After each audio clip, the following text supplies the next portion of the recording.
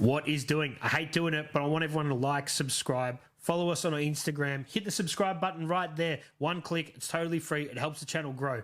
Share the content, comment, do all that good stuff. Help us keep bringing you 3000 podcasts. Now to the guest. Cheers. What is doing? My name's Maloney. This is the 3000 podcast. I'm joined today by a DJ, DJ Nino Brown, all the way from New South Wales. Thanks for coming, man. Thanks for having me, man. I've got to say straight away, New Jack City, is that where the name comes from? Exactly. It is? Do people pick up on that? Not as much as they used to, but Classic film. hopefully they'll redo it again. That'd be cool. Yes. It's, you know what's funny, man? Some movies I feel, okay, White Man Can't Jump, one of my favourite movies of all time. They redid it. They probably didn't need to, you know? I'm trying to think if I can't even remember if I've seen it or I've just seen all the stuff online about it. Jack Harlow was in it. I don't know. I feel like Jack Harlow is funny, but yeah, I get you. Sometimes the remakes aren't as good as the original. Yeah. All right, man. So we're going to talk about your story. We're going to talk a lot about music, a lot about DJing, all that sort of stuff. But obviously, you grew up in Sydney, man. Paint a picture of how a young Nino comes up in the Sydney scene in music. Oh, that's a good question. We've got to start at the beginning. So I always grew up around the Piedmont area, which is where the Star's located. Inner city, Sydney. Yep. I guess it's really inner west, like it's just behind Darling Harbour. It's as west as it sort of yeah. Well, it's as inner city as you can get on the west side. Yeah. You got to take the bridge out, heading out west. And, I'm 49 years old. So when I was about 10 or 11, hip-hop, I think, was really starting in Australia, probably the first time you're seeing graph and breakdancing and stuff like that. And it was just around. And I just fell in love with the music. I actually moved to Melbourne for a year with my family. And a funny story was I had an ingrown toenail that I had to get cut out. Anyway, I was on pain meds, not sleeping well. I remember seeing Rage and seeing Aerosmith and Run DMC. And that was it. I was like, this is cool. I want to be a DJ. He was Jam Master Jay, rest in peace, was cutting. And my parents I've got a Sicilian heritage. I'm the first born here. And I remember telling my dad, I wanted to be a DJ at 11 years old or something. And he was super supportive, and he came home with a synthesizer. It's close. Right. And, like you see the shout out to the Sushi Mango guys. But, when you see them, like that's what my dad was like. And he was like, this is better. But, there's no DJ stores back then. So, hey, he bought me a synth, right? Casio CZ1000. I could make sounds on it. And I just loved it really since then. I was buying vinyl because, this was probably 88. I was 12 years old, 13 years old. So vinyl was still a thing. I listened to all kinds of music. I remember the Slippery When Wet album with the wet cover. And, just bought records, loved hip-hop. There's no specialty stores then, really, is it? There's like Brash's and a few. Well, not that I knew of at that age. And lived in Melbourne for a year. So being that I was there for a year, I didn't really make too many friends because I wasn't there long enough. But I had a job delivering papers, and every Saturday I remember I used to go and play video games in Burke Street, all the Double Drag and all that sort of stuff. And I remember, Melbourne, the trains, the graffiti, like it was super dope. Moved back to Sydney, went to a high school there, and first couple of days, I remember Public Enemy, Takes the Nation of Millions was out, and one of the guys who I became very good friends with, he was kind of like, there's three people in life. You're either a skater, a bomber, or a nerd. And I was kind of like, what the fuck am I going to be? Do I want to be a nerd? Couldn't skate. So I'm like, I'm going to be a bomber. So I tried writing for a bit. I was not really very good at it. But I used to just buy records, just loved hip-hop. And never really had any aspirations of being a DJ because I didn't really see any DJs, if that made sense, like in real life. Yeah.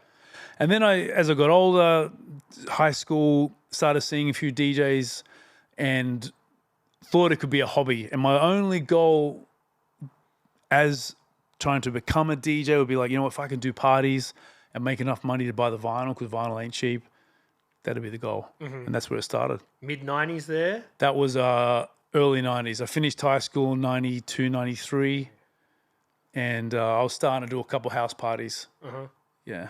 And so, because hip hop, like you said, it was around, but it hadn't really broken Australia in a big way by that stage. Definitely. Like I always say to people, I used to buy Eric B and Rakim records, but I never saw the music video, so I didn't know who was Eric B and who was Rakim. You know. Yeah. So yeah. So 92, 93, if you were into it, it was very underground. Like you didn't, it wasn't commercialized by that stage really at all. Definitely not in Australia. And again, there were parties on, there were clubs on. I was too young and just wasn't like tapped in to know where they were. Probably around 93. I finished school 17, 92. So 93, I was out working and checking street press. And back then, I think, in Sydney and Melbourne, the hip-hop scene was a little rowdier. So going to a hip-hop club was a bit more of an adventure than what it is now.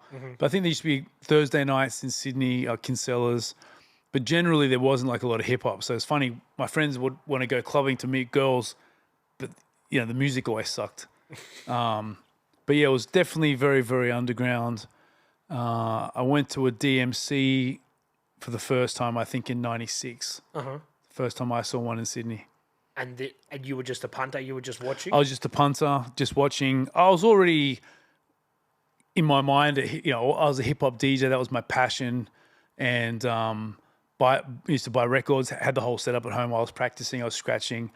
Had dreams of doing something like that. And salute Stuart Hanna from DMC many years ago. He dug up a photo of me in the audience in 96. I got somewhere. Oh, wow. So, yeah. So 96, if you're learning to scratch, you're just looking at VHSs and stuff. VHS tapes. Yeah, I've got a younger brother. A lot of people don't know. He's actually a techno producer. So he was working at some of the record stores where they'd sell hip-hop vinyl. Right. And so he was bringing me home DMC tapes. So I think the first one I got was the 95 tape with Rock Raider. So he brought that home from work. And so... And you're just studying that. Yeah, yes and no. Like, don't get me wrong, I was super inspired. I was fascinated, but like, I was never one of those kids. I used to watch it and then just want to go and do something, but I never studied like he did this and he did that. You know what I mean? But it was definitely super, super inspiring. So what was it? Was it more the rock and the party for you, or was it the theatrics of the turntables? I think, and one of the reasons why I'm here right now, 25 years later, is for me, it was always a good combination of both. I loved all the scratching and the trick mixing stuff, but I also used to genuinely love DJing and still do, and was just a DJ, just beat mixing out in public for a long time. And I just loved being out, loved parties, Yeah, and that that's one thing where the musical landscape changed reasonably quickly because, like you said, the music sucked at the clubs, but then it became...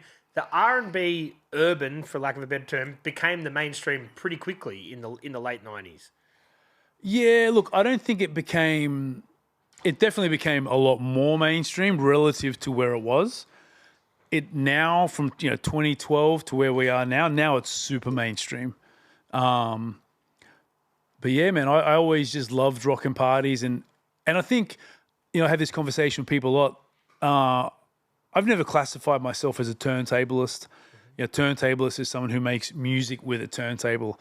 I can scratch, I can trick mix. I love that stuff very, very much. And I think that's all part of just being a well-rounded DJ. But I also love hip-hop. I just love hearing the music. I love seeing people dance to the music.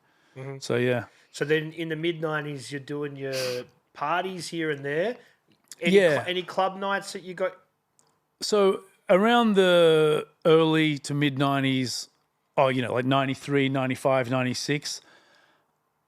And again, there was no social media. We didn't all know each other. So in my mind, I was one of the main house party DJs in Sydney because I was DJing every weekend. But there were others that, you meet people later on, you realize they're doing the same path as you. I put my toe in the water and I DJ'd a club in the city, corner of Pitt and Park Street near the Woolworths there.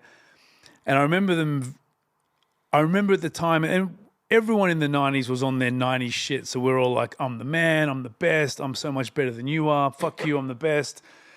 And I remember going to this club and they put 4 DJs on in a back room, and I thought I was by far the best. Technically. And out of the 4 of us, there was probably 2 of us, myself included, that were the better guys, and there was a couple of guys that were just beat mixing. But I learned very quickly about how clubs work, where 1, you got to entertain people and make them dance, and 2, a promoter is only going to book you if people want to see you, right? And I learned that very quickly. They gave us a big stack of flyers to put our initials on, like give out these free passes. And I remember being like, yeah. And I remember walking out the meeting being like, psh, and just binning them. And then the week after, I remember coming there, and there was one dude, and he had like 50 people there. Like all of his friends showed up. So very quickly, the 4 DJs in the back room became 2 DJs. I was not one of them. Yep. So that was a blessing and a curse, because I learned real quick, okay, if I don't want to give out free passes or whatever, I've got to do something to blow my name up so that they can book me off of just what I'm doing. And I'd actually studied business, so I was kind of like, what do I need to do here? I need to do something. And I thought, you know what, maybe I can get on the radio, maybe I can do mixtapes, I can do something so if they see my name on a flyer, I don't have to do what I thought was corny, which is handing out free tickets. Plus, I didn't know that many people. I wasn't the most fucking social guy. I was in my room playing with records, buying records, So I started a radio show on Saturday. We was on 8 to 10 on Radio Skid Row. Shouts to my guy Leo. We did that for a long, long time. And I actually put out my first mix cassette in 96. I think it was in 97, early 97. And one side I called 96, one side 97. So then I started selling mix cassettes around Sydney, which led to mix CDs. And then that's when things started happening. And that is a way you're doing it not to make money, just to get your name out there, cover costs. Yeah, man. Like I remember when I got the cassettes done, it was 200 tapes. And I was just like, fuck, 200 tapes, man. That's going to be... How the fuck am I going to sell 200 tapes? And like I say to people now, because, I'm still doing what I do and I work with a lot of young artists who are trying to build their reps. I keep saying to them, like, I didn't do that with dreams of anything else. I did it because it was my passion. Like, if I didn't sell one of those tapes, I still would have been happy that I had my name on a tape, a printed tape. But yeah, they sold, and 200 became 400, became 600.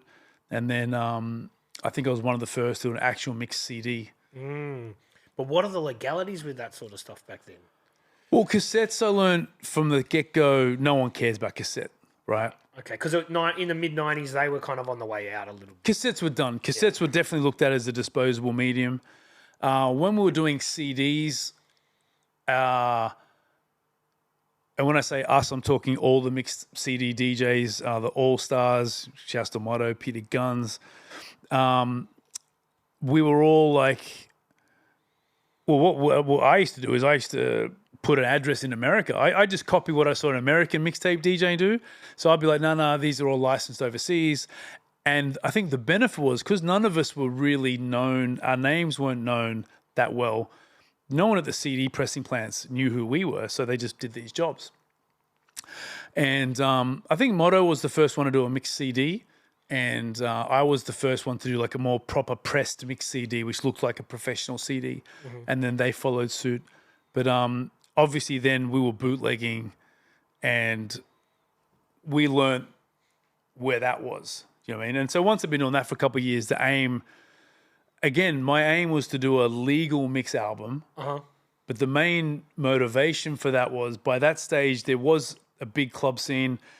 And I feel like Melbourne was probably pretty similar to Sydney at this point, but we had one hot club every night. One hot club Thursday, one Friday, one Saturday, one Sunday. There's probably 4 or 5 of us DJs. We were like the big DJs in Sydney. And I was DJing at all 4 clubs, which was dope. Dream come true, paying my vinyl, life was good. But it felt like Groundhog Day every Thursday here, every Friday here. So my dream was to always, I want to be touring Australia. I want to jump on a plane and go everywhere. How can I do that? How can I make my name that big? An album with a record label, that would be the answer. Because back then CDs were still selling. If we do TV commercials, my face on the TV, how could I not win? Nah.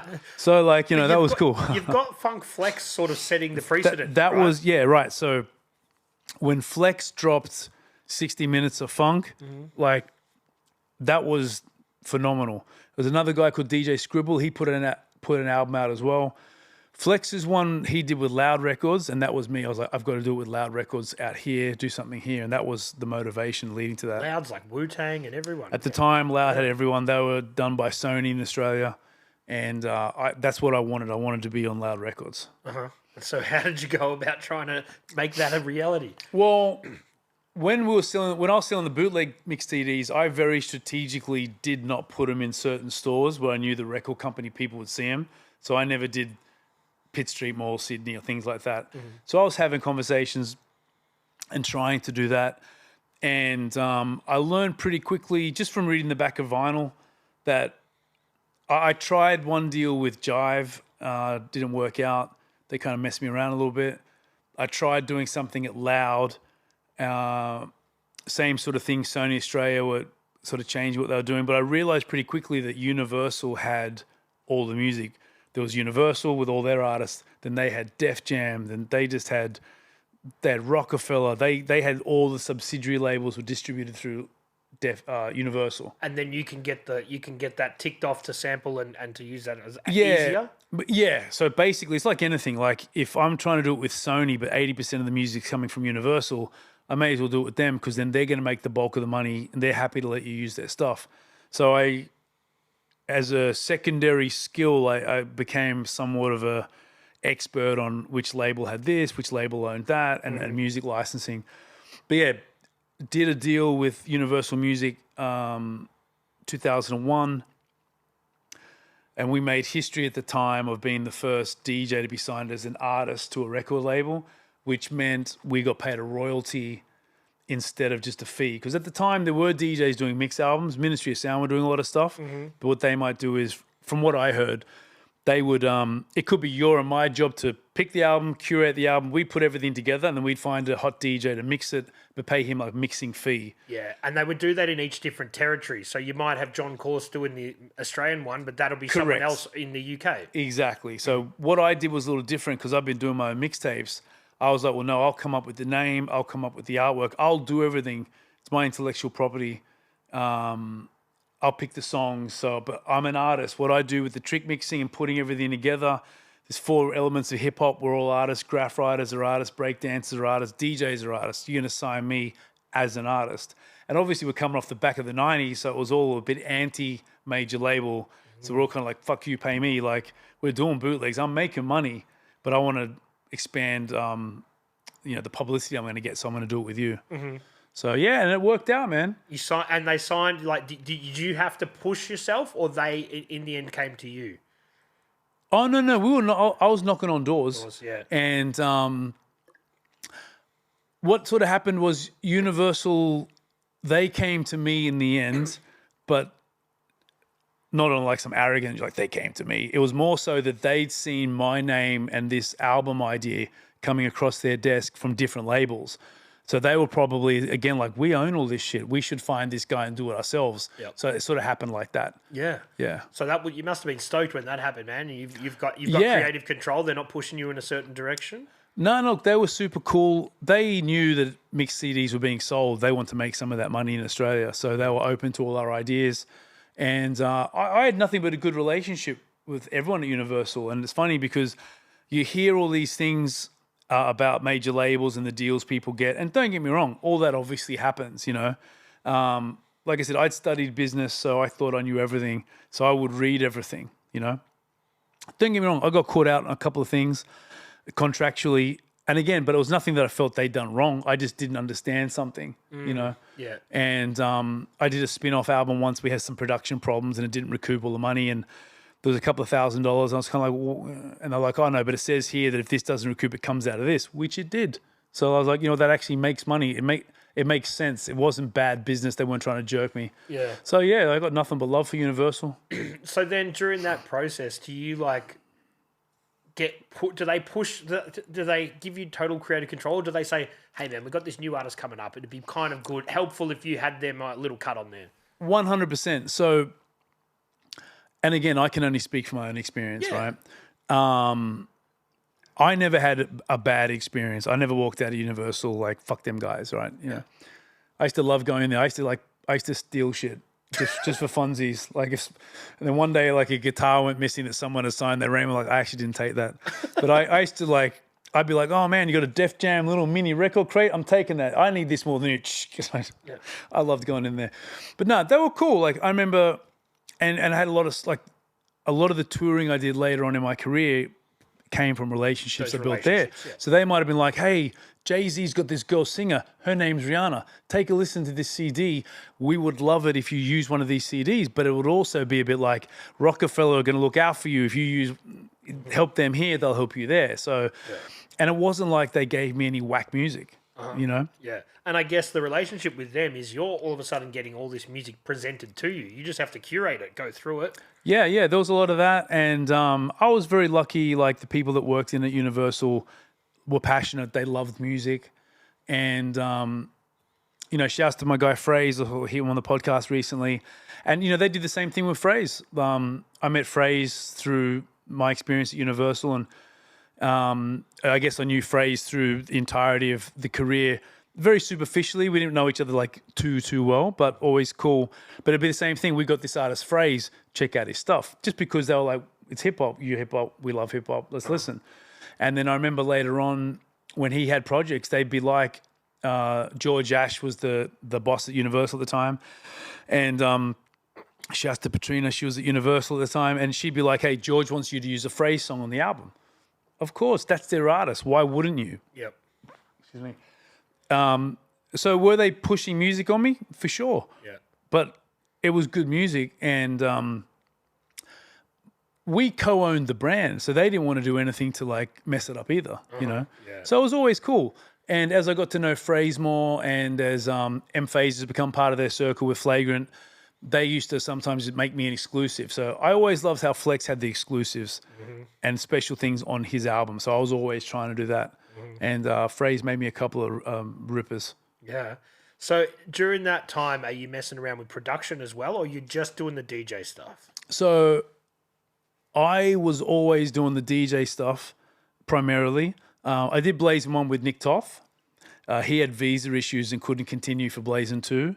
We brought Samurai into Blazin 2, and he stayed there up until Blazin 5. Then they gave Samurai his own situation, and I kept Blazin because I'd started it all. And Samurai jumped on the production earlier because that was cool. We could make our own tracks and then license that to Universal and get paid for that as well. And because you're putting them out on you've built a platform, people are going to listen to them straight away. It was on the mixtape. The mixtapes were going gold at a minimum, so there was money, you know. Salute to Samurai, aka Beast Mode. He's known as Beast Mode now. He's an incredible producer, and he jumped on that earlier than me and was like a fish to water with it. So he was good. I used to feel back then like I need to focus on Blazin and what I'm doing, and I didn't really get into the production till around Blazin 4-ish. And again, it was very basic at the time. Yeah, but it's like. Did the record label get that you weren't going to produce stuff? You're like, I'm just gonna put my own spin on these records. Were they like, or if you're going to be a producer, if you're going to be a DJ, then we've got these artists you could work with. It's kind of like an easy entry into that. Yeah, look, it's funny now that you say that. That makes sense.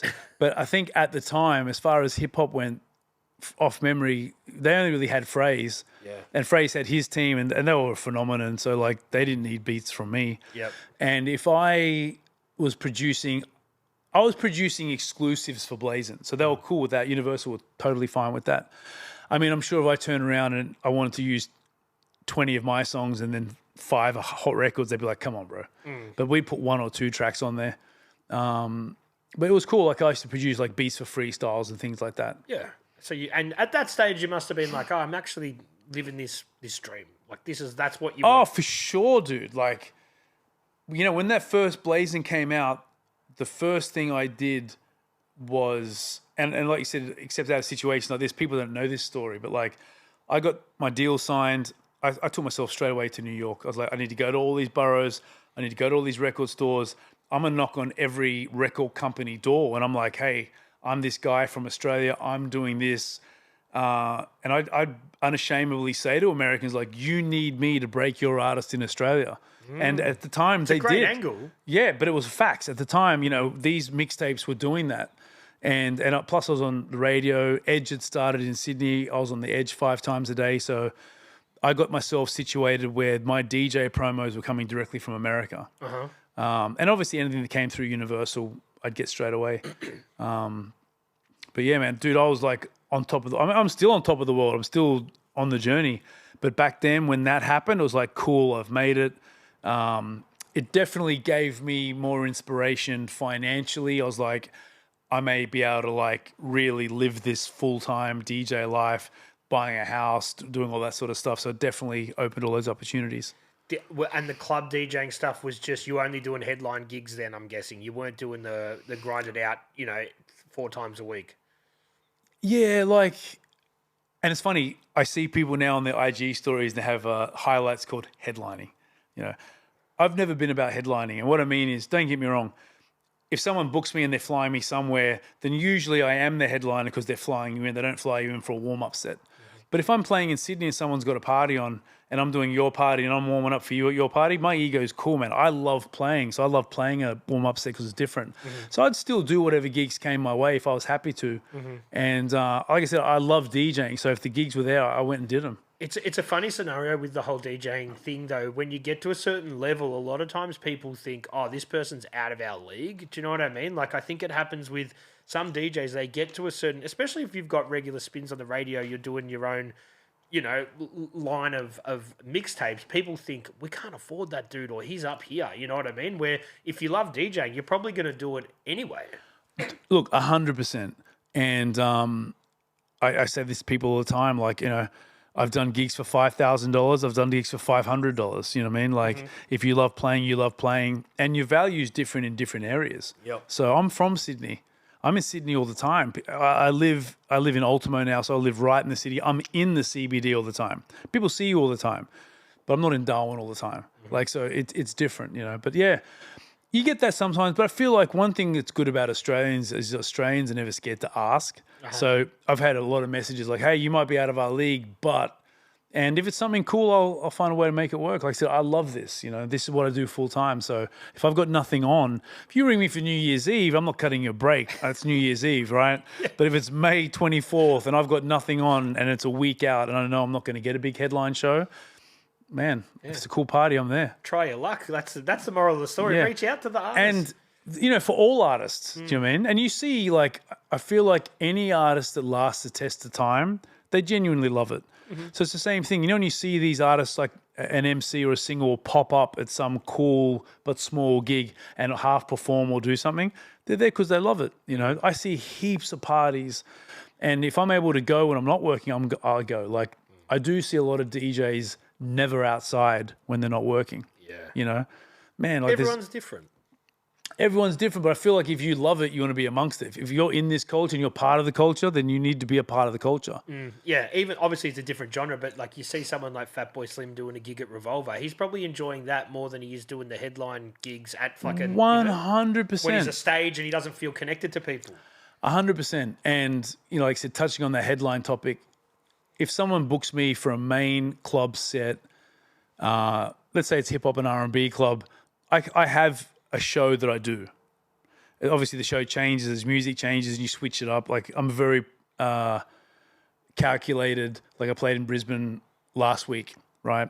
I'll take mental notes of what I did, what little routines, what little special mixes I did. So if I go back there in 3 or 4 months, I want to do different stuff. So the same person's not hearing the same set. Because a lot of DJs fall into that trap. Yeah, for sure. If it's a cool party they want to be at, like there's a party in Sydney called Soulmate, it's super dope. Whenever I can make it, I always just go down there. If they want me to jump on, I'm there. It's fun times. Did you see the party landscape change in the early 2000s? Like, obviously, people's going out habits changed a little bit. Was there still a party on every night of the week in Sydney at that stage? I think Sydney... I actually think Melbourne might have had a better club scene than Sydney. Melbourne's got a better live music scene as well. But Sydney was still pumping really right up until COVID. There was Thursday parties. I was saying to a friend of mine now, like, I'm back in full swing touring since COVID. And at one point I was kind of like, I'm charging more money now, but I'm still making about, how's this working? I realized the Thursday and Sunday shows don't they're not there anymore in Sydney. So there's Ivy Thursdays. I'm there like once a month, and there's a few monthly Sunday parties. But pre-COVID, there was every Thursday. There was a few places all over Sydney. Parramatta, there'd be places. So that's where Sydney's changed. I feel like Melbourne's the same from what I'm hearing too. Yeah, it is changing a bit like that.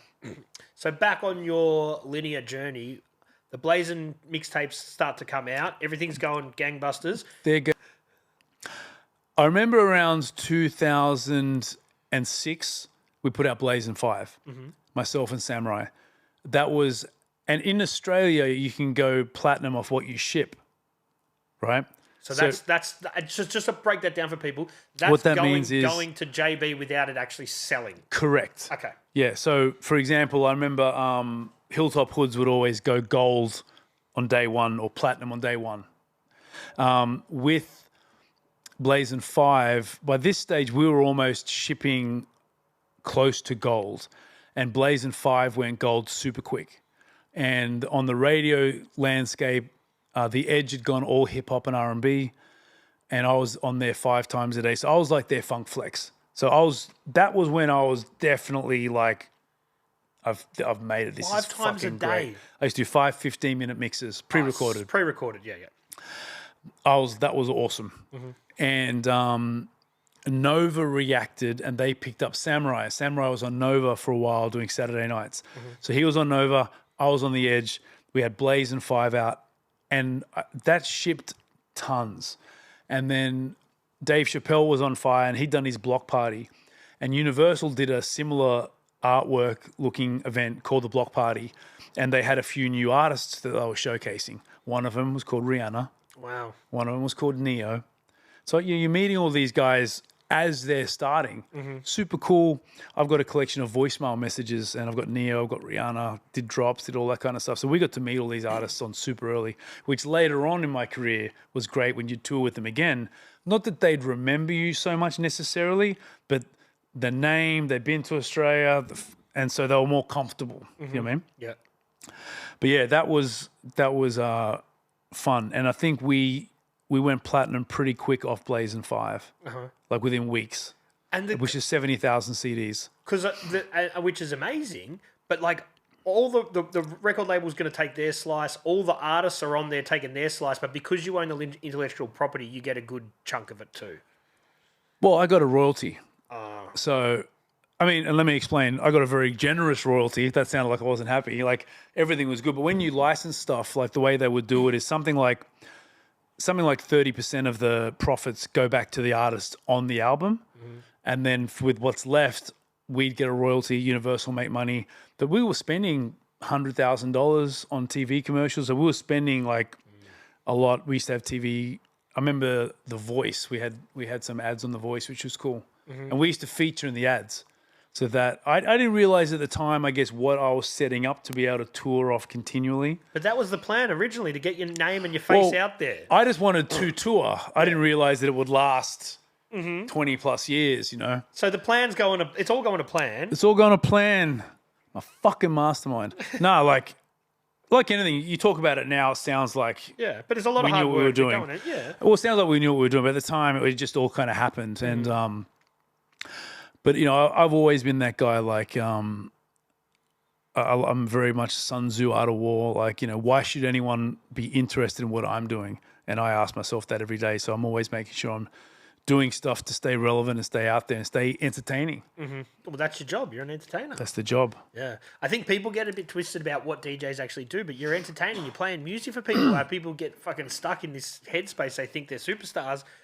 But you're an entertainer. 100%. 100%.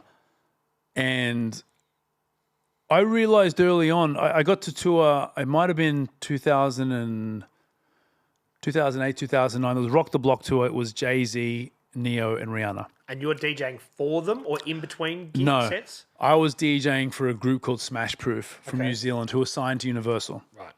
And it's a funny story, actually. It was in the contract that we had to leave the backstage area as soon as we're finished.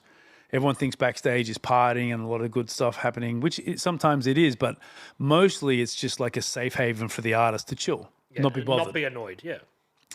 Now, the Smash Proof guys, they were some wild boys, man. We had some good times. and they were very young at the time, very new, a little rowdy. And I knew Green Lantern, who was DJing for Jay-Z at the time, and all I wanted was Jay-Z drops. I'm a huge Jay-Z fan, still am. So I was not leaving backstage, and I was sort of saying to them, guys, we've got to behave right so they don't kick us out. If they don't kick us out on the first day, we'll be okay for the whole trip. And I remember every day I used to stand in the doorway, and Jay would come in, and I'd get the fist bump every day, and that was pretty dope. But no vocals. So the vocals, a funny story. What I would do is I used to just act right on tour. Beyonce was walking around. I don't think they were married then, and they may have been like a new couple. And it's funny, she was super nice backstage, say hello to everybody. And I had a couple of occasions where I'd be side of stage, and I remember once like someone bumped me, and it was Jay there, and Beyonce was there, and they were just watching the show. But I knew how to act. I'd never ask for a photo. I'd never like fan out. And what I used to do is on the last day of the tour, that's when I become like, hey, I've been the DJ for this group on the tour. Can I get a drop? And I spoke to one of these people, and they're like, yep, just wait for him. It's the last show. They've been on the road for months. He's going to do it for you. Let him unwind a little bit. And I waited a couple of hours and didn't end up happening. Oh, man. Heartbroken. Yeah. But, that's the game. That's the game. That's it. Yeah, man. And you don't want, and that's the thing, when a lot of people meet, like there's obviously levels of celebrity. For sure. When you meet these people, you just treat them like a normal person. And when people fan out, that's when they fuck it up, don't they? Yeah, I mean, Jay-Z wasn't the Jay-Z that he is now. He was on his way. Definitely on his way. And as far as treating people like normal people, yes and no. I mean, he was still the artist, and he wasn't there to like meet me. And sometimes people like, and it's very Australian. People are like, oh, but are you and Snoop friends? I'm like, no. Like, but you've toured with Snoop 3 or 4 times. I'm like, yeah, but like, just like every time I go to a club, imagine you own a club. You bring me twice a year for 10 years. Every time I walk in, I'll fist bump the security guard, but I ain't having a conversation with him because every club I go to's got a guard. Every tour they do has a DJ. Yeah. Do you know what I mean? Yeah. So I'm always polite, respectful, courteous, and if the opportunity's there, cool. But usually I get somebody else like Green Lantern or somebody to talk to him, and if he says, hey, this is the guy in Australia on radio, does mix albums, do this, they're more open to it, but I'm just not walking up and demanding shit. No, if you were going to do that, you weren't going to be the DJ. You weren't, you've got to have your head screwed on too. Well, yeah, you're not going to get rebooked. Yeah. At this stage, had you started doing radio in New Zealand? Had it been syndicated like that yet? So salute to my guy DJ Severe and my FM. Around 2008, Universal signed DJ Severe. And obviously Scribe was blowing up. Dawn Ray were doing their thing. And there was definitely, there was Australian hip-hop and then there was New Zealand hip-hop. And the New Zealand hip-hop was definitely a lot more mainstream accepted. You know what I mean? It was still super dope. Like, it wasn't like corny or anything, but it had a more mainstream sound. So they signed Severe. I built a relationship with Severe. And he and I, man, we're like brothers, man. We talk all the time about everything non-music related. And I think I just asked him at one point, you getting DJs on? Because I'm doing this, I can edit it up for my FM. And he was like, yeah, let's go. So, yeah. That's where it kicked off. That's where that kicked off too. Because all of a sudden now, then you've got the territory that you can tour becomes a little bit bigger. Definitely. And salute to Severe. He's had me out in New Zealand a couple of times. I haven't been there since COVID, so I want to come back. But New Zealand is super cool. And my FM is not just the hip hop station; it's like the #1 station, period, in New Zealand. Uh-huh. So yeah, for me, being on 11 p.m. to midnight Saturdays, my FM is a big deal. I take it very seriously. And they love the hip hop music over there, man. They love hip hop, and the DJs in New Zealand, they're guns, bro. Like, I think all DJs like to think they're pretty dope, but on that station, like, they're all beasts. Like, everyone is serious, very, very serious. Uh-huh. And so you did dip your toes into DMC. You had a crack at one stage. Yeah. So I had a crack. I came second in the New South Wales DMC in 98 and 99. 98 and 99. So in 98, a guy named Mark N1, who's a DJ from Newcastle, and I think he's into like metal and other stuff. I don't really know him. We just chatted on the night, and I don't really know much about him. But I've always thought he was super fucking cool with just like how he put himself out there with the music and stuff. And his Bloody Fist Records, he got a label, like just all the imagery and artwork was dope. So yeah, man, salute to him. He was a phenomenon. Like he was, I ain't being like, yeah, no, yeah, he hammered me and everyone else. He was a beast. Yeah. And it was funny, there's another DJ in 99 called DJ Stanley who won. And he was part of the Sydney club circuit. Super dope turntablist. And it's funny with DMC sometimes going to the sound check can be bad because you'll see the other guy. And I remember seeing Stanley and being like, oh, fuck, it's going to be rough. Yeah. But yeah, I did that 98, 99. And back then, the Sydney DMC and the Melbourne DMC, they were the revered ones. It's like the LA or New York DMC, you know? So like, that's how I first heard about J Red from doing him doing the Melbourne DMCs. And I think he won some and placed in some. And Stuart from DMC will be like, oh, this guy, J Red, you guys are similar because you both can DJ very well and do this too, you know? But yeah, I did that a couple of times. But like I said, I learned early on, I loved scratching and mixing and trick mixing at parties. So I kind of did the DMC only because the Sydney club scene at that point had a little bit of a phase where they were booking anyone from the States. So you could be this super dope DJ from Sydney, but if somebody was like, yeah, no, I live in LA and I'm a DJ, they'd be like, oh, he knows. And they'd put them on. Yeah. Sometimes they were dope, sometimes they weren't. So I almost did the DMC to kind of show the club promoters, like, hey, I'm pretty good too, you know? That was my thing for that. Yeah, to flex. Yeah. And I remember the street press at the time. And at the time, it wasn't like you'd see Funkmaster Flex do a DMC. So I was trying to be like, hey, I can do both worlds, you know? Yeah.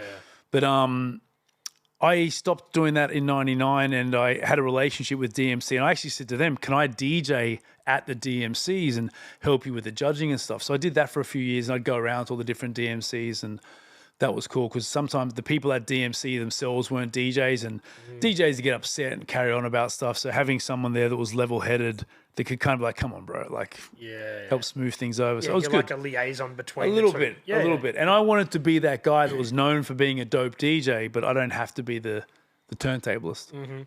Did it when digital DJing like really took off? Were you an early adapter to that, or did you sort of say, "No, we're sticking with the true vinyl sort of medium"? I guess with the radio stuff, digital makes a lot more sense. Yeah, so I've never been.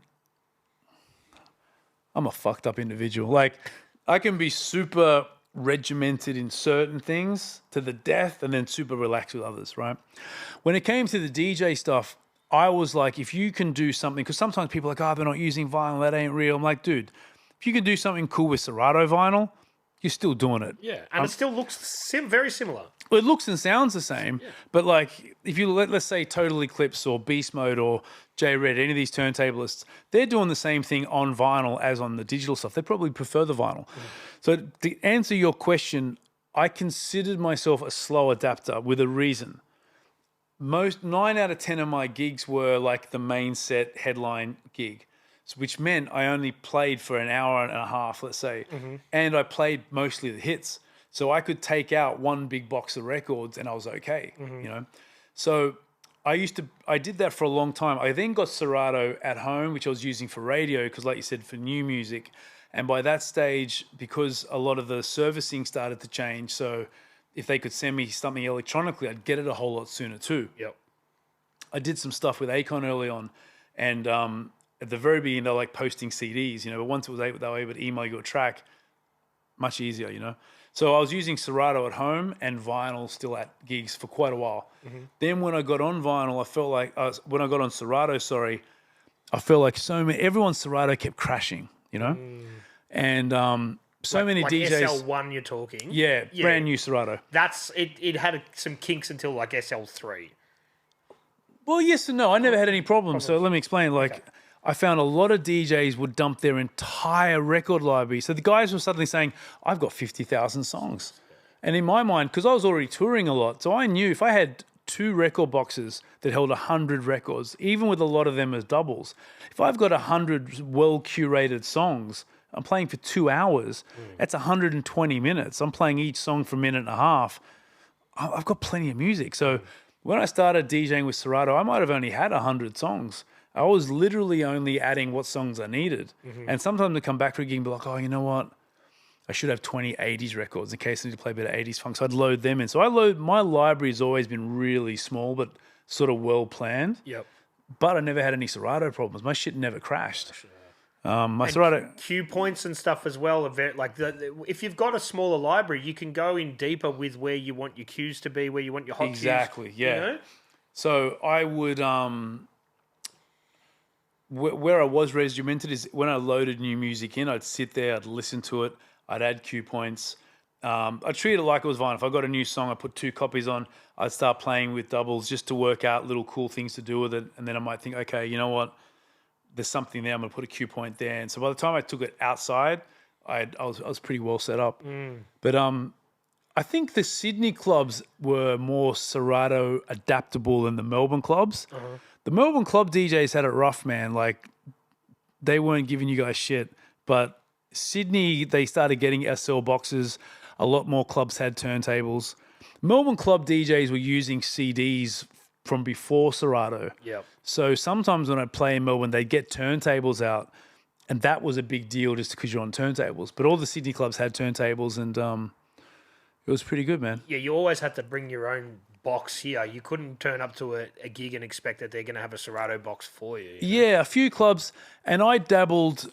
I was a silent partner in an events company for a few years, and so whenever we started running parties, if the club was going gangbusters and we were making money, you'd spend the $800 on a Serato box just to make it easier for the DJs to save the fuck ups, to save them all, plug it in and shit. So that might have pushed the Sydney club culture a little. But yeah, look, Serato, that was a financial game changer. Because I was probably spending literally 20, 25K a year every year on vinyl. Which is tax deductible. It is tax deductible, but you're still spending the money. Yeah. I'd rather keep, that's 250 grand over 10 years. Yeah. I'd rather pay some tax and buy a house, you know? Yeah. So Serato suddenly you're keeping more of the money you're earning, which is good. And it just changed the possibilities and look at opened 100%. a whole lot. Yeah, people were against it at the start because of the purists, but look at the way it goes now with DMCs. You don't see too many people doing straight vinyl sets. You know, it still exists out there, but yeah. Yeah, like, you know, I love Serato. I've had the opportunity to work with them over the years too, and I think like it's a groundbreaking thing. I remember seeing it. I was in the UK. Serato, Stanton had one called something. I think Stanton had one around the same time as Serato. And Beast Mode was an early adopter of it. He was always on that shit. Yeah. And because it's a New Zealand company originally, Serato. Serato is, Yeah. yeah. But Stanton had something similar. And I think that might have hit market just before Serato. But I remember being at the Plaza convention in London and seeing it. And everyone was like, yeah, that shit will never work. And then, you know, a few years later, here we all are. Yeah. Can't live without it. No. So you've got a working relationship with them to this day? Yeah. Serato are the best, man. Like, I think they really are like by DJs for DJs. And whenever I've had a few instances where some things have happened and I've emailed them and they come back, and which they do for anybody. But it was good knowing people there. And whenever I'm in New Zealand, I always pop in, grab some Serato vinyls. Yeah, for sure. Yeah, that's it. You got to get your time codes. Yeah, man. I haven't really, because I haven't DJed for quite a while, but I sort of tapped out when Stems came along, but that's a game changer as well, hey? Stems is awesome, man. Stems is any mixtape DJ's like wet dream, right? And I've always been particular. When I first got into Serato, I think all of us didn't have any idea about file quality. So I had tons of shit MP3 files. And then from doing Blazin, I realized I needed the WAV files. So I've actually, most of my library is WAVs, you know? In your crates in Serato? Yeah. Wow. Which they sound so much better, obviously. And it take up a lot of space, though. Well, you can't have the thousands and thousands of songs. Yeah, but even then, like, I think I've got 100 gigs of music on a 1 terabyte hard drive. Like, so I've never had the space problems because I only sort of put on there what I think I'm going to need. Yeah. But Stems works magical with WAV files. The lesser quality the file, it's not as good because it hasn't got as much data to work with. True. That makes so much sense. It sounds so obvious when you say it, but Yeah. And it's funny, like, you know, even just touching on that topic, like when I play places, sometimes people are like, oh, it just sounds different when you're on. I'm like, it's because of the WAV files. Yeah. You know, if you do stadiums, you can't have shitty MP3s. No way. Yeah. Talking about stadiums, man, tell us some of the big tours that you've done and like you mentioned before, some of the people you were DJing with. Yeah, man. So the first stadium tour I did, Universal hooked me up with, which was Ja Rule and Ashanti when they were hot. Big time, yeah. The 50 Cent beef hadn't hit Australia. So this is Ja Rule, Ashanti, absolute peak. I got to DJ that tour opening up for the shows, and I might have DJ'd in between the sets. We're talking Rod Laver, I'm pretty sure that was that, wasn't it? Yeah, all the big stadiums, Sydney Entertainment Centre, all that. And you know, you learn so much, right? So that was my first tour, and I remember I played What's Love by Fat Joe, which was new at the time, not thinking that Ashanti's on the hook, and Ja Rule's got background vocals on the hook too. And Ja Rule's guys at the time were kind of wild. He had this wild bunch. He literally had like 50 guys on the road that are having all the stereotype crazy rapper shit they were doing, right? This is my first tour. I was a fat fuck back then, man. I was not in shape. And I remember I nearly got yanked in Brisbane. Brisbane might have been the first show. And I played Fat Joe, What's Love? And Ja Rule's only kind of a small guy, but he had some big people movers with him, you know? And thankfully for me, I had a buddy of mine who was a Samoan guy, big, tall guy. And I remember just seeing someone come for me. And thankfully my mate just kind of, it was all fine, but I'm sure he wasn't running up to like do anything bad, but he was probably running up to be like, take this shit off. Yeah, don't burn it. But I didn't think, it never occurred to me at the time. Do you know what I mean? But you know that from the DJ background, you don't want to burn the songs. No, but I didn't think Ja Rule and Ashanti would perform Fat Joe, What's Love. In my mind, it's a Fat Joe record. Right? Okay. I haven't even, when I think about, you know what I mean? I'm not even thinking about the hook. You know what I mean? Yeah. And, but then as soon as they said it, it made perfect sense. Anything that Ashanti may sing on or Ja Rule is on, they may perform. I just, it never occurred to me, you know? So again, you learn pretty quick. So one of the things I do on these stadium tours is I'll get to talk, and even though like, let's say we talked about Jay-Z earlier, he's Jay-Z, but the DJ being Green Lantern is usually more approachable. So I definitely make my way to talk to the DJ and be like, hey, what music of other artists are you performing? So I know not to play it, you know. So I learned that pretty quick. But yeah, look, sorry, get off topic, man. I did this Ja Rule Ashanti tour. That was wild. The 50 Cent beef had kicked off. We didn't know about it in Australia. There's no internet like it is now. Maybe Double XL magazine might have talked about it, but I heard stories of DJs playing in the club. I think it happened in Adelaide. They beat up a DJ, Ja Rule's guys. Really? But this poor guy would have had no... How the fuck does he know? And in the club would have been a huge record then. Big record. Yeah. So... I did that tour. Man, I did a lot of tours. There was a period of time where almost every hip hop and R&B tour I was on, especially because of the Blazin albums. But the notable ones were I did the Rock the Block tour where I was DJing for Smash Proof, which was also fun because then I'm DJing as like a show DJ, so I could scratch and do a bit of different stuff. What other tours have I done? I did the Superfest tours. They were definitely some of the most fun tours because there was just so many artists on the road. They stacked those lineups, didn't they? They were huge, and we would take up the whole plane. It was almost like soul plane, like people were just having fun, calling out. You'd go into the Qantas lounge. It was like MTV. They were super cool. I remember meeting Sean Paul vividly, and by that stage, I'd licensed his music over a bunch of stuff. And he just walked straight up to me, man, and he's like, "You knew who I was." You know, knew about the albums and was just super cool. So I think I was luckier. Like sometimes you get DJs where they perform at some of these things and the artists won't even look in their direction. I was able to build relationships early, built a super dope relationship with Naughty by Nature when that was probably around the same time, 2003, 2004. Must have been just after Ja Rule because I went up to KG, introduced myself, and I was like, what other songs shouldn't I play?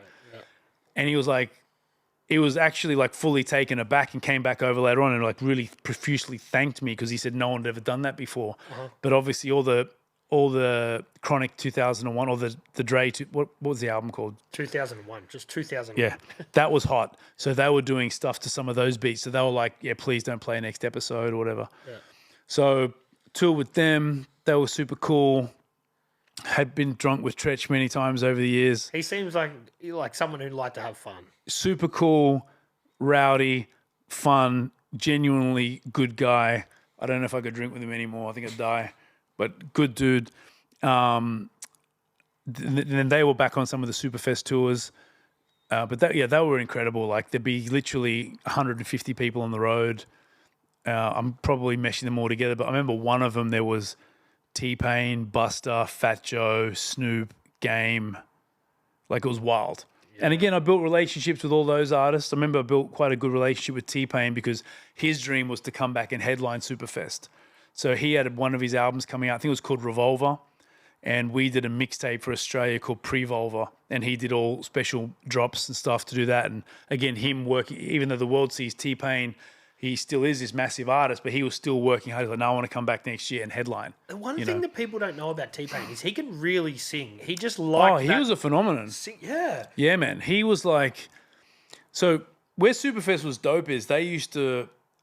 On one of them, they built me this whole elevated DJ thing. I I nearly shot Fat Joe with my foot pedal once because Fat Joe's like a big fan of everybody. So he would climb up on the front of my DJ enclosure. And I remember once he was right next to the what do you call it, the cannons. And I looked at the thing to hit the cannon. And I just, like the last minute, I was like, ooh, well, I didn't want to be the guy stopping Fat Joe from performing. But but yeah, T-Pain, man, he could rap, he could sing, he sounds exactly like... I mean, they had some of the auto-tune stuff, but the guy's a phenomenon, bro. Like, but without the auto-tune, he can really sing. He can do it all. Yeah. Auto-tune doesn't make you sound... Like, the way he uses it, it don't make you sound better. It just gives it that robotic vibe. Like, if you sound like shit, you're still going to sound like shit. I auto-tune myself in the studio messing around. I sound like shit, you know. when you're doing those Superfests and stuff, because you've got so many artists, they're not all bringing their DJ. So you are DJing for No. They all brought their DJs. They did. Yeah. They all brought their DJs. So where it would be is, if you can imagine, if this was the stage, they would usually have one big main console, which was the performer DJ, right? I wasn't using that. I'd either be at the side. On some of them, depending on the stadium, I might be on a table that they even moved out the way when the person came on. But I think on the last Superfest, they actually built, so I'd come around the back of the stage and go up some stairs, and I had like an elevated DJ box, which was pretty dope. So I could stay in there and then watch the show. Yeah, awesome. But yeah, man, there were some incredible DJs on there. Like DJ Scratch came out. He was just performing with me, which was sick. Benny Demas, who's Akon's DJ, he came out. He was performing just to DJ with me. Because it was a long day, man. I was there from midday to 10 p.m. So they started bringing out someone for that. And that was dope too. We'd share the slots. But I will say this, man. All the American performers, they all had pretty dope DJs. Like, that's one thing I definitely love and respect about the American hip-hop culture. I feel like sometimes with Australian artists now, not all artists obviously, but some artists, they'll almost just like grab anyone and just trigger the songs. Yeah. Where all of these guys, they put their shows together, man. The DJ was very active in the show. Salute my guy DJ Mars. He's a super incredible DJ. He does a lot of the Atlanta R&B acts. Like he would do Kiri Hilson. I toured with Khalees and him years earlier. He was a phenomenon. So he would get like a 10-minute section during Kiri Hilson's show where she might do a wardrobe change or something. Yeah. So there's a lot of dope. I learned a lot about being a show DJ at those shows. Like, were you mic'd up too? Yeah. I was mic'd up. So because that's a different level to it as well. Yeah, so with the mic stuff, I feel like I'm pretty good now. No one starts out good. So when I first got my deal, like I said, I went to New York, went to all the boroughs, went to see everything, met all the labels, had friends out there, and I went and saw Kid Capri perform. And, Kid Capri calls himself the world's greatest DJ. He says that for a reason. Like, this guy is a fucking phenomenon, right? Hands down, he's got to be probably the best party DJ of all time. Yep. All the DJ mic stuff, Kid Capri was one of the main guys to kick that off, you know. Is he got a boom mic or has he got a handheld mic? Yeah, get the boom mic, you know. And I used to put that in my ride. I used to even travel with one, like a drummer's mic, just put on the table and, you know, so you could use both decks. And my main reason for even me getting on the mic before Blazin was that I was already touring off my own mixtapes, the bootlegs. But if someone was flying me to Perth, they're going to pay another $500-$600 back then to fly somebody over just to say things. Like, I need to do that myself. And I think there's nothing more powerful than when the DJ does their own mic work, because you can stop the music and say something. And I've made many funny moments in clubs. I've diffused many fights by being on that mic. Like, you know, if a guy jumps up on the podium, I don't know if you can say this in 2025, but I used to be like, listen, unless you got titties, get off the fucking podium, bro. And then he'd laugh and get off the podium. Do you know what I mean? Or if guys were fighting, I'd be like, fellas, you need to stop it. I got to call security. And then sometimes they'd stop and they'd look at you, but they'd stop and people would break them up, you know? So being on the mic's definitely a big thing. But seeing like DJ Mars was a phenomenon. I've toured with Fat Man Scoop many, many times. Rest in peace, Fat Man Scoop. We got a gold single together, actually, which we used on Blazin. Oh, wow. And I learned a lot from him, and it's a powerful thing, man. Yeah, it's like you just don't want to overdo it though, do you? When you're on the 100%. That's the heart. Like less is more, but you've got to be. Yeah, it depends on the show. And it's funny. There's a new bar in Sydney called Kitty Hawk, which is like this cool hip hop bar, New York vibes. And I play there. I've been playing there on a Tuesday and doing something cool. They've got the turntables in there. And I love that because I can just play golden era hip hop and I don't need the mic because it's not the right environment for the mic. So I love being able to sometimes not use the mic. But at certain parties, it can be all mic work, you know. And depending on the crowd, if the crowd is very young, if the crowd just want hits, sometimes it's like boom, boom, boom. They sing a section, you change the record. You know, you guys ready to party? Yeah.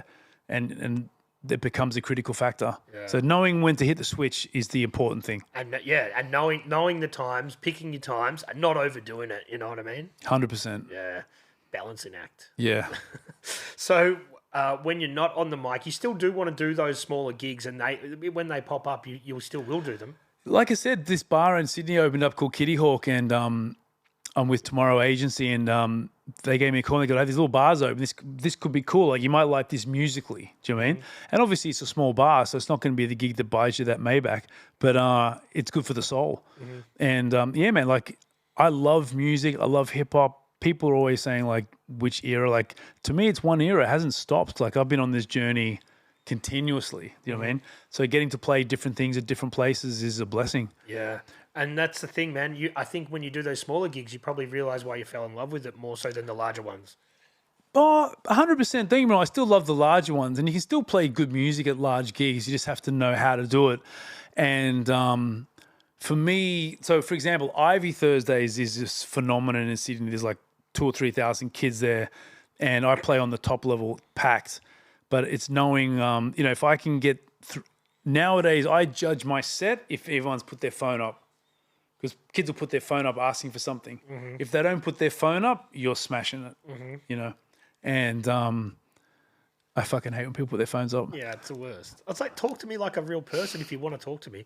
But how do you go with keeping up to date? Is it something that you do? Is it a chore, or you just feel like you're always paying attention to new music coming out? Yeah, it's funny. I can't even put it into words just how much I love this shit. Like, I gave up my day job in 1999. I have not done anything since 1999 aside from being a professional DJ. And I'm doing all right. I'm not, like, struggling, living with my grandmother. Like, I own a home. I got a family. Like, life is pretty good. So it's funny. I actually crave new sounds more than anything. So when I'd hear things like when Skrillex did a track, probably 10 years ago now, Skrillex did a track with Damian Marley. My brain just goes, Skrillex, Damian Marley together? That's madness. This is going to be incredible. You know what I mean? So I listen to all kinds of new stuff. And anything sonically that sounds new, I love that too. So when drill came out, everyone was bitching and moaning about drill. I just loved how it sounded. Yeah. So for me, it's not a chore at all, man. Like, I'm a big gym guy now. I'm at the gym an hour every day, and that's where I just listen and discover new music. Yeah. And are people still sending you stuff? Are you still getting? Yeah, man, all the time. I've got like pre-written things, what do you call it, saved phrases on my Instagram. Send the music, do it like this, and I listen to everything people send me, man. I put out an album, Trailblazing, at the end of 2022, with all the hot new up and coming Australian artists, and the same thing. Like, they're not going to be big commercial songs, but I just love.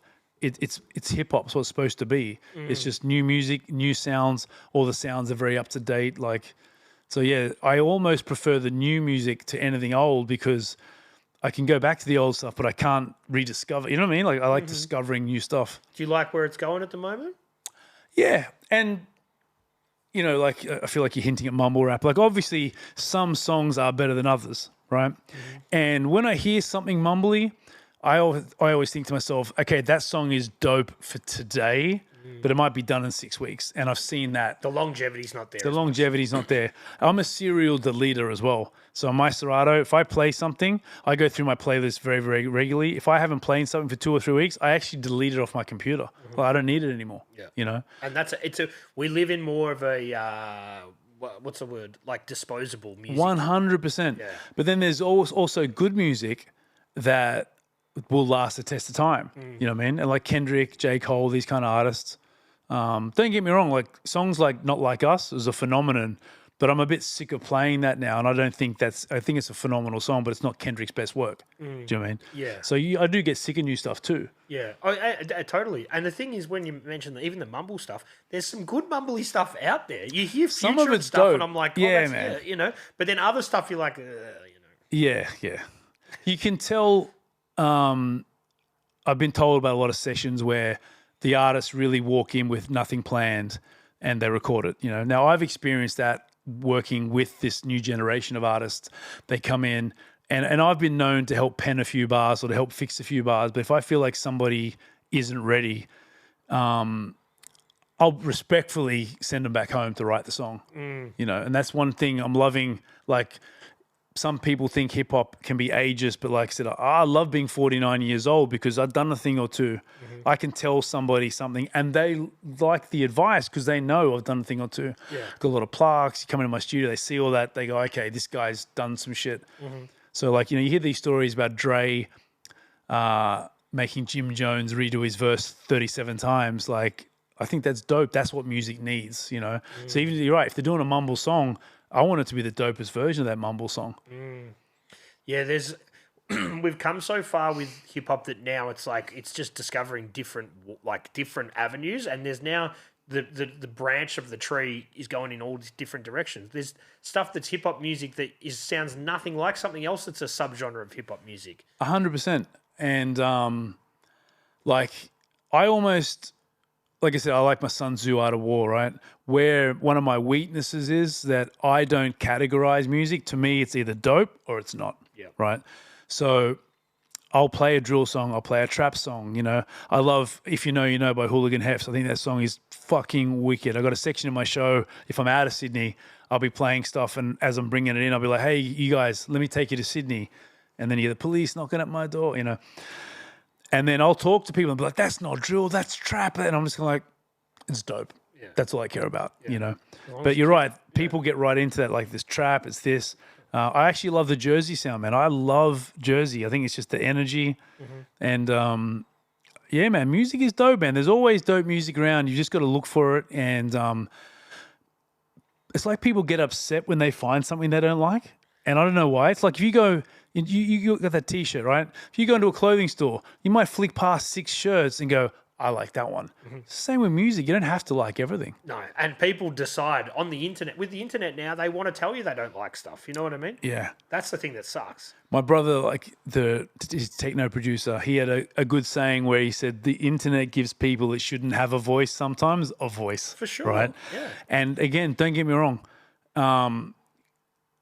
I'm a very mild-mannered, polite guy, but I got a temper like everyone else. And, you know, I've had even the same thing with DJs. They run their mouth, they carry on, and they see me in real life, and they're like, ugh. And I always like to say to people, LOL won't save you. But it's like, you know, you don't have to shit on everything. If you don't like it. Like, I see tons of stuff on the internet that I don't like. But Scroll again, past it. yeah, and people are entertaining. Like, people jump on. Everyone wants to be viral now, right? And people jump on things for the sake of being viral. And sometimes I see that and I think, I don't personally like it, but I look at it like it's not for me, which is okay. Not everything is for me, Yeah, and that's it brings you to a weird scenario with that virality stuff where people go, I'm going to do this because it's going to go viral. You should be doing what you do because you like doing it, not because it has a potential to go viral. Look, 100%. And we got some DJs in Australia that have gone viral. And I think the ones that are doing it well, you can genuinely tell they love what they're doing. You know what I mean? And sometimes people say to me like, oh, why don't you do this? Or why don't you do that? I'm like, dude, this guy did that. And that's dope for him and it worked for him. And it was his idea. So everyone thinks their ideas are good, right? Yeah. But if I go do it now and I don't believe in it, it's not going to translate well. No. So and people are going to say he jacked it from that dude. You know what I mean? There's that. But like, you've got to be passionate about what you're doing. Yeah. Do you know what I mean? So I always say that to people as well. I'm like, if you go viral off of something that you love doing, then you're winning. Yeah. Do you know what I mean? A buddy of mine, DJ Nems, he likes putting Arabic acapellas over hip hop and R&B stuff, music. He's been doing that for a while. He's come on my show. He's been a lot of shows. He did the trolley at the football, tied in with Ziggy, Mr. C. And he's been doing this for quite a while. Now it's gone viral. And because that's organically him and he loves doing it, he's winning, bro. Yeah. And like, if I went and did that now, or even if I went and put like Sicilian vocals, like it's like, but it's not what I think. I've never thought of it, so it's gonna come across corny. You know what I mean? You've got the runs on the board. You don't need to go viral. Well, for me personally, it's different, but but for somebody else, so when people find their thing, they're the ones that win. There's nothing wrong. Going viral is a fucking blessing. Do you know what I mean? Yeah. If you got the product and that's what you do, then you're winning. Yeah, the thing is, if you go viral for something you don't care about, then you're going to try and emulate that again. You could be trapped for it. Yeah, and that's the problem. For sure. So you've got to, when you do something, you put it out there. Make sure you believe it, and you care about it, because if it does hit, then you're stuck. Exactly. So, I've had those thoughts with social media. How do I do social media as a guy in his late 40s without making it look corny, but still entertaining for people of all generations? Sorry, I'm going everywhere. That's all right. I got to go back to the tours, but I toured with Eminem in 2019, which was a super career highlight. Huge. I've opened up shows for Jay-Z.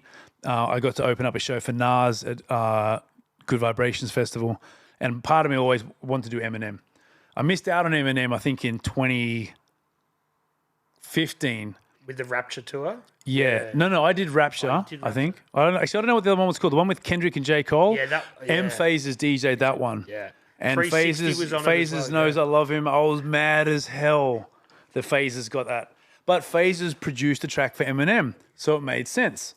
The main reason I was really mad was because M doesn't really tour all the time. So I thought he's not going to come back in my lifetime of me being Nino Brown where I'm the right guy. Because I'm a big believer of being the right guy for the right gig. I say no to gigs as well if I'm not the right guy. And I'll tell you who to get. Anyway, he came back in 2019. I got booked for that. Super excited. At the time, it was the biggest stadium tour of all time in Australia. They got something like 88,000 people at the MCG. Incredible. So I DJ'd on that tour, did the mic stuff, did everything, did my trick mixing, used the Rain 12s, which are great. First time I'd taken them on the road. So it's like using turntables, but it's digital. Yeah, they're motorized. So I'm going to town. I can do everything I want without fearing the bass knocking the needle off. Incredible. And that was the first time I really got to meet the Hilltop Hoods, which I've known the Hoods. I had phone calls with the Hoods. I'd licensed their music for Blazin, but never really hung out, had beers with them. Met them on that tour. And I did a big thing when I opened up their part of the show. Once the Hoods finished on the Eminem tour, we all came off stage. They had to reconfigure the stage because M had an orchestra. Anyway, I smashed these fucking stadiums, man. I did my thing. It was that was incredible. And then the Hoods took me on tour later that year, right? Which was a big highlight. Now on that Hoods tour, and I'll go back to what I was saying about the viral stuff, I realized that I had fans that were 12 years old and I had fans that were 60 years old because I've been doing mix albums since 2002. But what do people do with CDs? Their younger brothers, they listen to them, you know what I mean? So I've been lucky where I haven't had to worry about going viral and I've had a good, consistent career. But one thing I've done is I've got my radio mix on Cater, and my FM's called Digital Dope, and we've now been shooting freestyle segments. So I looked at the landscape of hip hop radio in Sydney, particularly. There might be some shows in Melbourne that have rappers do freestyles, but no one was really doing it in Sydney. Triple J were doing some, but you see the host sitting there doing nothing and a beat playing. That's not hip hop. You need the DJ cutting the beat back every 4 bars. So I thought that's something unique that I can do that will be dope. And a couple of them have gone a little viral. We've had like 500,000 hits and views on TikTok for some things. So that's good. But it's organic. It's what I love doing. And it's a way to meet, connect with new artists, and keep it moving. Am I talking too much? Oh, you're filming. Fuck, sorry. I can talk, bro. We're definitely talking. No, but so where do you see it going? Like you said, you're almost 50, right? So yes, I'm 50 this year. Been in the game almost as long as hip hop itself. Been in this game for years. Made me an animal. So where do you see it going? Are you gonna be DJing forever? Yeah, man. Like, look, the greatest DJs, as far as I'm concerned, in the hip hop space, you got many greats, right? You got Kid Capri, Jazzy Jeff. You've got DJ Scratch. You've got guys like DJ Riz. I don't want to put anyone's business out there, but I'm sure they're all late 50s, perhaps early 60s. You know, Jeff was a grown man in 88, 87, you know, and they are still phenomenal. And salute to my guy, DJ Pogo. He told me something very wise once where he was saying, you know, we're all basically on the same journey. Your skills build your name. Once you built your name's got a certain rep. As long as you keep making your product bigger, better, and doing quality stuff, you keep going. So guys like Jeff and Kid Capri, man, they're some of the busiest DJs out. They're still doing what they do because they still deliver quality. You know what I mean? So I don't take any of this for granted. Like, I got myself in a good shape. Again, because I was like, you can be 49 years old and in shape and looking good, taking care of yourself, or you can be 49 years old and be like fat, out of shape, look like shit, you know. So, man, this is my full-time gig, man. I'm making sure I'm healthy. Like, I see DJs that are out of shape saying how it's a hard business to be out of shape, to get into shape touring. It ain't. Just don't be lazy. Yeah. Get to the gym, eat right, work out in your hotel room. That's it. Yeah, man. Every city has a gym. Don't eat. I do 3-day fasts all the time. I'll go somewhere. Yeah, man. There's no good food around and you're trying to be on that thing, and do the fast, you know? Like, it's all about how bad you want it, you know? Yeah. So you'll go 3 days on... I've only done that a couple of times, like 3 days intermittent fasting. Yeah. Just coffee, black coffee and water. I've tried. It's tough, man. But I'm just gonna try and be just get there slowly. I'm a very driven guy, like, and as I've gotten older and had my own family, I've appreciated my family. And you know, my grandfather fought in a couple of wars, did World War II, eventually came to Australia, worked here for like years, sent money back to Italy, moved the family from Sicily to Australia. Like, it took a lot for them to get here. And then all I've got to do is be a good hip-hop DJ, and I've got to go to the gym and eat right and fucking not put sugar in my coffee. Like, dude, you know what I mean? Like, so I think I'm very grateful. I had a very hard upbringing in terms of, I mean, I had everything provided. I don't mean hard like I missed out, but my father was a very hard Sicilian man. But I'm grateful for all these things. You'd be driven. Like, I remember when I used to sell mixtapes, and I was like, oh, it's illegal. I could get caught. And he'd be like, shut the fuck up. You know what I mean? He ain't going to go to jail. And what are you going to do, a year? Like, shut the Yeah. Did you think when you were selling those mixtapes, you'd still be doing it here in 2025? Man, I never really knew. Like, I think we all had dreams. And, you know, I got to shout out Peter Guns, Motto, Beast Mode, you know, all the Chief Rocker crew. Like, there's a lot of DJs that are still doing it, and with topic change all the time. But back to the viral stuff, you know, anyone who's got a dope product lasts in the game, right? And again, if, like my guy Nems, he came on my show probably a month or two before he really went viral, but he was starting to go viral. And I'd known Nems for 10 or 15 years. Very solid DJ, ran parties, great DJ. And he was asking me for sort of tips and my opinions on things because his profile was changing, right? But because his product always been good, if they ride that viral moment, it's sky's the limit. So going viral ain't bad. It's going viral if you don't have a good product, or maybe the back catalogue behind you. Well, not so much that, but if you don't, like you said, if you don't love it. So, for example, I go to the gym every day, right? I sometimes post things of me doing fancy chin-ups and poking my legs and doing whatever the fuck. If I went viral off of that, then I've kind of got to be that's not what I want to do. I'd look like a fuckwit, So anyone that's got a good product, I think, lasts in the business. And that's good advice. Or what other advice would you give to young DJs that want to be where Nino Brown is now? Definitely do the social media stuff. Definitely play all the viral things. Do all that stuff. But work out who you are and what your product is, And if you work at that and push at that and consistently put it online and it's of a high enough quality, I think it will fly eventually, for sure. Put in the hours. Yeah. And there are some people that have, for lack of a better expression, blown up later in their careers, but they still got there. Do you know what I mean? Yeah. So there's no right or wrong answer. I think just consistency, quality is the thing, the only advice I'd give people is, like I said, I got super out of shape at one point because to be honest, I was just lazy. I was on TV, you're on TV commercials, so girls are talking to you and sorry, ladies, but ladies like alpha males sometimes, no matter how they look. So in your mind, like, hey, I'm pulling all these girls, I look like shit. Oh, it don't matter, And we all joked that when 50 Cent came out, everyone had to get their shit together. Like 50 came out was, so okay, we all got to get healthy now. But yeah, for any young DJs, focus on your health, focus on the music, focus on the craft. I see a lot of DJs tell me they don't want to pay for music, they just rip it off YouTube. But then when you hear them playing out, the music sounds like shit. So it's not that expensive. Join a DJ pool. DJ pool. Yeah.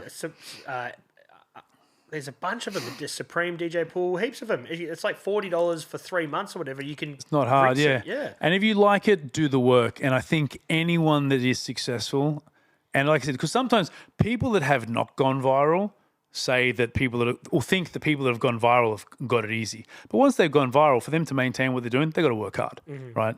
So I think anyone that's working hard consistently, it's going to work. Yeah. But and that's the thing. Like I did a gig once somewhere that was just near the Victorian and Adelaide, South Australian borders. I remember I flew Sydney to Melbourne to Mildura, and then drove for 90 minutes. And I remember one of my friends being like, why, bro? Like, do you need the money that bad? And I was like, bro, I love this shit. I got paid my fee. I was happy, but I'm playing. It's very rare for me to now DJ anywhere new. So if there's somewhere brand new that I haven't been, I actually really want to go because I kind of like being able to say, I've played at every club and stadium in the country. What do you know about that? Do you know what I mean? Yeah. But if you love it, man, I think loving it is the key in whatever you do in life. And I think successful people, no matter what they do, attract successful people. And again, shouts to my guy DJ Pogo. He told me this once when he met me, and he's like an older brother to me, and he was like, whatever you choose to do, I think you're going to be good at it because you're a passionate guy.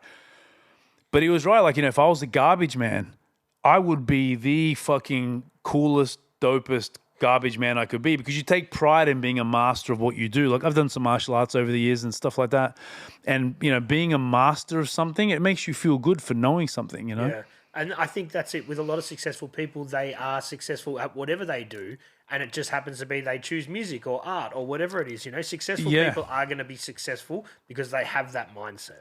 And I think my only other advice would be surround yourself with people that are successes and or masters in their own domain. So, for example, when I studied business, I studied bookkeeping. I could do my own BAS form. I could do my own tax return. But I hire an accountant and I hire a fucking gun accountant because I want to claim my jewelry. I want to claim anything I'm buying. You know what I mean? So you get the best that you can afford. You know what I mean? Same with medical or legal. You know what I mean? So surround yourselves with other people. I heard a really good quote the other day. I can't remember who it was. And it was like, if you're surrounded by people that don't inspire you, you don't have a friend group, you've got a cage. And I was like, that's deep. Yeah. Like I said earlier, I live in Ultimo, and I like relaxing at my local. It's called the Glasgow Arms Hotel. Free beer for life for Brown. Glasgow Arms Hotel. Now, it's a bit of a dive bar, right? And Ultimo is a very interesting neighborhood. We've got a lot of sort of interesting types. Spanian talks about Ultimo a lot. Go watch his stuff. Salute Spanian. I see he lives nearby in the neighborhood. I see him on the light rail and stuff. And we got a lot of colorful characters in Ultimo, right? So I like going to the local pub sometimes where they just know me as Nino from that building over there. They don't give two fucks that I did a tour with Eminem or I've met Jay-Z or whatever the fuck, you know what I mean? So I find that relaxing because I can go in there and just talk shit and yell at people and we all fuck around and carry on. I find that relaxing sometimes because if you go to a club, then I feel like I've got to shave and I've got to dress up a little.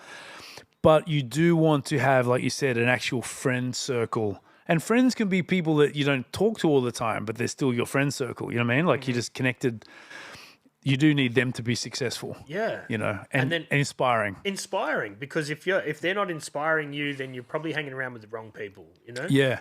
And it's interesting because, you know, one thing I like to think of myself as like a pretty regular guy, right? And the relationships that I've built. So I've met people that are running some of these record companies were there 20 years ago in the mailroom or what would be considered an entry-level job, which is fine because 20 years ago, that's how they entered, but now they could be running the place. Do you know what I mean? Yeah. So, yeah, being and it's inspiring seeing just people do dope shit. Yeah. Just keep doing it. 100%. That's it, man. I think for any young person that they know what they want to do, just keep doing it, and then eventually some doors will open up. Just keep pushing. 100%. Yeah, it's quality and it's consistency. Like, you know, social media. Before social media, people used to spend a lot of money advertising stuff. Where the real beauty of something going viral, if it goes viral organically, and you haven't put any money behind it, and your product goes viral, whether that's you as an individual or this ring. Yeah, you can't beat that. Like I said, we would spend $100,000 on TV ads for Blazin. You know, so in some ways it's easier now. In some ways it was easier then. You know, just different times. Yeah, you could throw money at the problem then, and sort of it'd fix it. It would help. It would help. But again, if you had a bad product, you had a bad product. For sure. As we get close to wrapping things up, man, do you want to tell us what's coming up in 2025? 2025. So since mixtapes have ended. Since about 2015, I've slowly gone heavy duty into production. I originally was just putting out 2 or 3 songs a year and just touring off them. I've often copied the success formula of the dance DJs. So I'd say, okay, that works for them. We play at the same clubs. It's just a hip hop night when I'm there. So let me emulate what they're doing. Then as I fell in love with production, I feel like I'm a very dope producer. Not in the beat section. Like, I mean, I make beats and I get help making beats. I've got a lot of other producer friends, but I'm very good at producing artists. And I feel like artists are happy to listen to me. So I've fallen in love with that. Hence the album in 2022. I've been working on more music since. I recently I've got a side project, myself and my guy Tane, the Stealth God. We're calling ourselves Salamanca Beats. That's going to be super unapologetic hip hop. It's going to be very different. DJ Nino Brown plays all kinds of hip hop and rocks parties. This is going to be your real head nod, Alchemist, DJ Muggs inspired music. Sick. I love that stuff. Yeah. We released our first track with DeAndre and Lee Monroe recently called Jules Winfield. Lee Monroe's back. He's being Fig Kid again, isn't he? I think he did that for the one show. Okay, yeah. But he's always been a beast. He was the first artist I ever recorded 25 years ago, and I was the first person to record him 25 years ago. We're both showing our age. Now, I did a very interesting project that came out last week featuring Rakim, a friend of mine named Flat Iron, aka Mike Young. He's a radio imager I've worked with over the years. So he does all the Nino Brown is in the building. He does all those jingles. Dope producer, low key. He produced a track, was able to license some Rakim vocals. So we put that out with an Australian artist, which was DeAndre. He's a Samoan, Australian, Western Sydney artist. And DeAndre did a verse and did the hook. That's out now. It's called Time's Changing. That just dropped. I've got a lot of music coming. I've got a track called My Goodness with George and Ribby. We've got to shoot a video for that. I'm going to put all this package all up together on an album for the end of this year. I've got a track with a DJ named Felix. That's going to be sort of a middle ground hip-hop, up-tempo hip-hop, but can also play it at a dance club. We're going to have King Roman featuring on that. And I also dropped a track about 6 weeks back called Alone with Levez from Victoria. Oh, yep.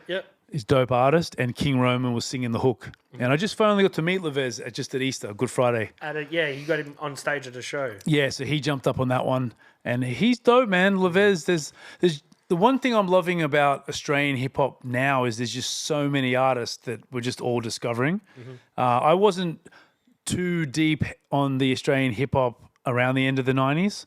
I just didn't mix with it culturally. And I felt like it was very sort of like white Australian, and I just wasn't the culture I'm from. I couldn't, I don't know what this expression, like relate to it too much. It was different in Sydney to Melbourne, I think, at that time as well, a little bit. Yes and no.